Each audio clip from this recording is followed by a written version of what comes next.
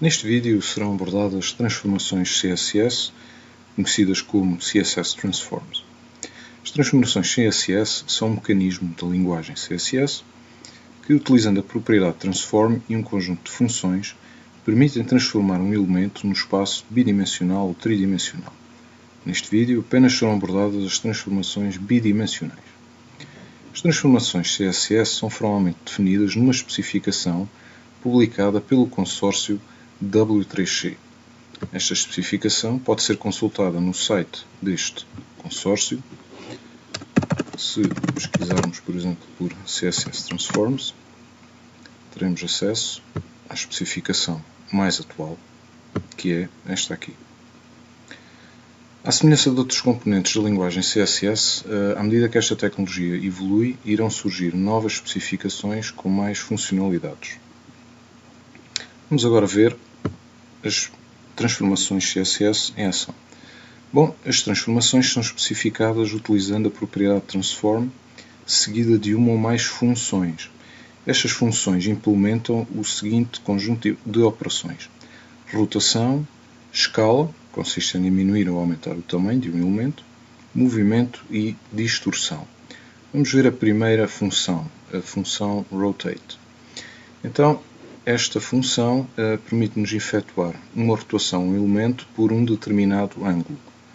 Então, eu tenho aqui neste exemplo o código, uma página HTML simples, e à direita tenho um retângulo.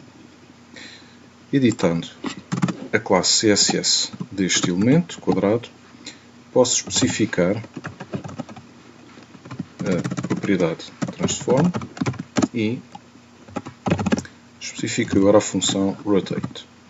Bem, se eu colocar rotate 0, o resultado é este, nada se modificou, mas se eu especificar agora 10 graus, reparem aqui à direita que este elemento sofreu uma rotação de 10 graus. Posso colocar mais valores, 30 graus ou 90 graus, quase não se percebe nada, mas se eu colocar aqui um valor dentro do elemento, vê-se que está a sofrer uma rotação de 90 graus. Agora voltamos ao início. Também posso especificar valores negativos, por exemplo, menos 30 graus. A transformação seguinte é feita utilizando a função scale. Esta função scale permite-nos modificar a escala de um elemento, ou seja, podemos aumentar ou diminuir o seu tamanho. Tenho aqui uma imagem com alguma formatação CSS e vou aplicar agora mais uma vez a propriedade transform e vou especificar os valores 1. Estes valores correspondem ao tamanho original de um elemento. Se especificar agora 1.5, 1.5, aumentamos a escala do elemento, aumentamos o seu tamanho. Se colocar 2, dupliquei o tamanho do elemento. Também posso diminuir o tamanho do elemento, por exemplo, 0.5 e 0.5. Como já devem ter reparado, temos aqui dois valores que correspondem aos eixos do X e do Y. Ou seja, se eu colocar, por exemplo, 2 aqui, estiquei no eixo do X a imagem, ou o elemento. Se eu colocar 2 aqui, neste componente, estiquei no eixo dos Y. Pronto, podemos manipular ambos os valores ou simplesmente utilizar mais duas funções. Scale X, a qual aceita apenas um parâmetro e que irá transformar no eixo do X. Por exemplo, portanto, aumentei agora para o triplo do tamanho. Scale Y, a mesma coisa, mas para o eixo dos Y. Portanto, diminuir agora, por exemplo, para metade. A próxima função é a função translate. Esta função, vamos colocar aqui uma nova página, esta função permite-nos movimentar um elemento numa determinada unidade. Então temos aqui uma imagem de um automóvel E se eu agora aplicar a função, tenho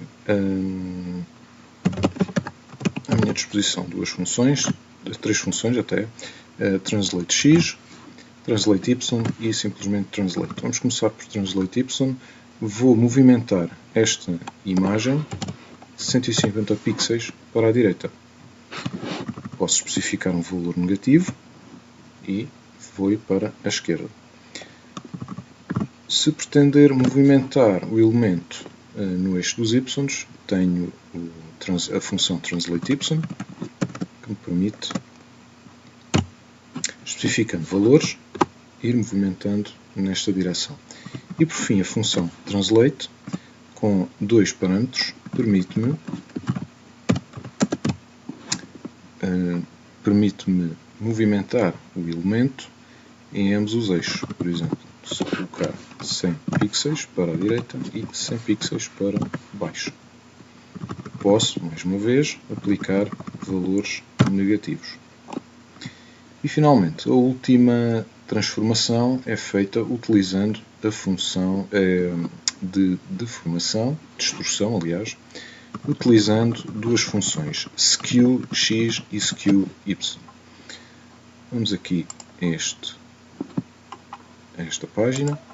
Eu tenho aqui um elemento com uma imagem. E então, mais uma vez, vou especificar transform e agora skew x. Aqui vou especificar um valor em ângulos e vai efetuar uma distorção no eixo do x. Posso ir aumentando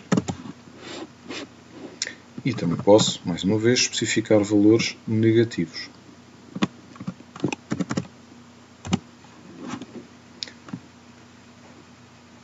Tenho também disponível a função skew y, que me permite fazer distorções no eixo dos y.